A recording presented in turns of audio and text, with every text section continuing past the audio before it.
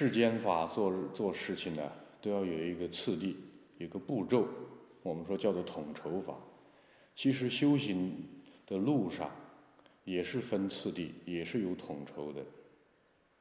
所谓的依物永物、实地顿超，它指的是到了相当高的层次，已经超越的方法，基本功都做足了，身心都超越了，见到佛性以后，才谈得上依物顿悟、依超永超。在没有见到自信之前，它还是有次第的。比如早期他必须要修这个资粮道，也就是资粮位。什么叫做资粮位呢？我们做任何事情呢，都要有一些资本。你当老师也要有当老师的资本，你做这个父亲母亲要做父母亲的资本。做任何一件事情，你首先就谈到要有资本吧，也就是内因和外因，条件具不具备，你具备的才能够做。那么条件不具备的，我们就要创造条件。那么修佛呢，它也是要8个层次。那么8个层次其实都是我们人为的去创造的。那么资粮道，它是首先就是第一位。古人讲这个修行呢，你要具备法财履地，这些都是属于资粮道。你的福报够的话，你的法财履地这资粮道很快就具足了。当他没有办法具足的情况下怎么办呢？你也要出去行愿，要创造各种因缘。当人家认可你这个人呢，龙天护法内因和外因呢，都慢慢向你靠拢，就会支持你。你有了一些最基本的资粮道以后，还要再加行。什么叫做加行呢？就是还要多储备一份这个力量。你不能够说是做事只有具备呢1份的力量，要具备2份的力量。就相当于我们开车一样，它4个轮子，它为什么还有一个备用胎呢？其实备用胎就是我们修学路上的加行道。因为在修行的途中会有很多意想不到的，就相当于我们现在做事当中说的要有一个预备方案。你不能够只是有一个方案，你否则的话，在修行途中出现了意外，你只有一个方案，那怎么做呢？其实我们功夫不具备，就是因为你的资粮不具备，加行做的不具备，基本功做的不够。基本功可以说它不是完全靠你悟性的，它完全是要靠人为的，靠是努力来的。比如说释迦牟尼佛这个雪山苦行6年，他突然顿悟。他这个顿悟他不是说没有因缘的情况下就会顿悟，因为他前面已经苦行了6年了，各种因缘都具足了，需要一个很巧妙的机缘，突然内外贯通，他就大彻大悟了。那么我们作为一个修行人，所努力的就是创造各种因缘和条件。当他具足的时候，你就见到了。你见到的并不一定获到这个东西，通常这个见到了，我们说明心见性的，只是说明你以后不会偏离主方向的。红尘尽管还有诱惑，但是你不会因为诱惑而放弃追求道了，因为你已经看到道了，已经摆在了你的面前的。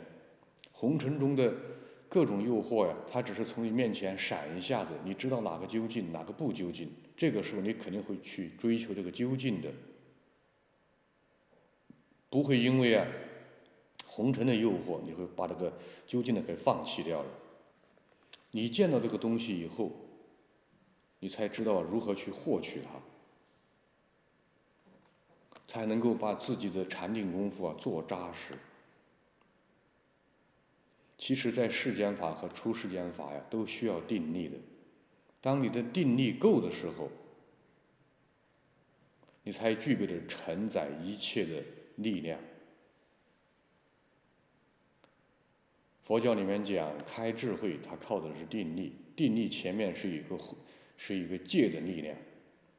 其实戒它就是我们资粮里面的其中一部分力量。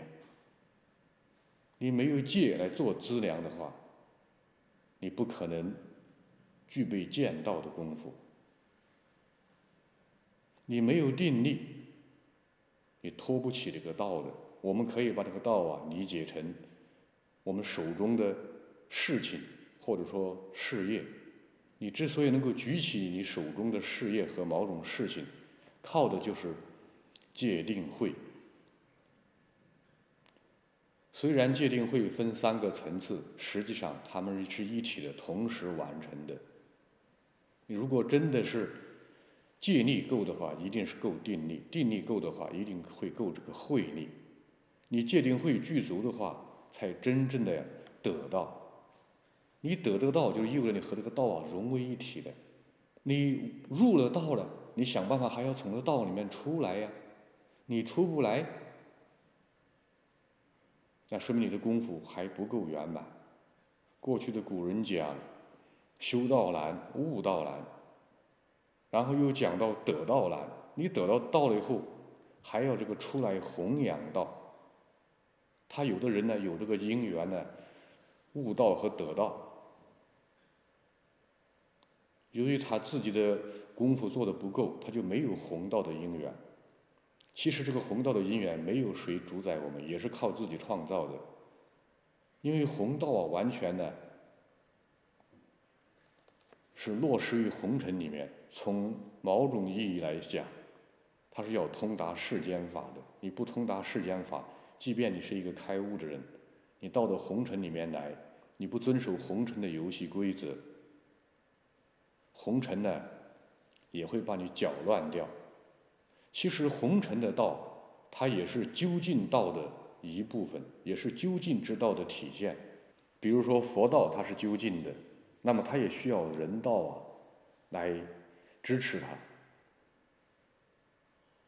人道和这个人道和佛道其实它们是一体不二的。比如说在天上就是佛道，在人间它就是人道。把佛道拿到人间，佛道也变成人道；把人道拿到天上，人道也是佛道。其实人道最高的境界，它就是佛道；佛道最高的境界，它也是人道。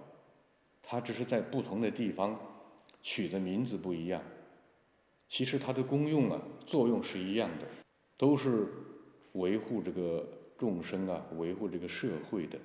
世间上尽管有360行，它割行不割理，行业很多，道理只有一个，都是先从资粮修资粮开始，然后呢你就见到了道，得到了道，那么你就要去传递这个道，弘扬这个道。他弘扬的目的其实也是为了完善自己，也还是给自己培这个福德。只有福德具足的人，他才能够弘扬这个道。我们说这个得道他靠这个智慧；弘道他更需要智慧和福报。因为弘道从某种意义来讲，你是和大家分享的，你要有足够的这个各种资粮，比如说福和慧。因为在修道的时候，你完全是靠自身的力量；在弘道的时候，你要借助他人的力量。你借他人的力量，你必须要能够给他人的好处，他人才能够替你弘扬道。所以佛门里面呢，经常说，你给我财布施，我给你法布施，都是一种交换。因为众生他是有所求的。其实众生如果真是为求法而来的话，这种求是非常值得赞叹，非常值得随喜的。其实每一个众生你最终都要回到道上，和道相应，才能够解决我们内心的饥渴呀。我们原本呢都是从道里面出来的，所以必须回到道里面，我们的身心呢才会合一，才会宁静。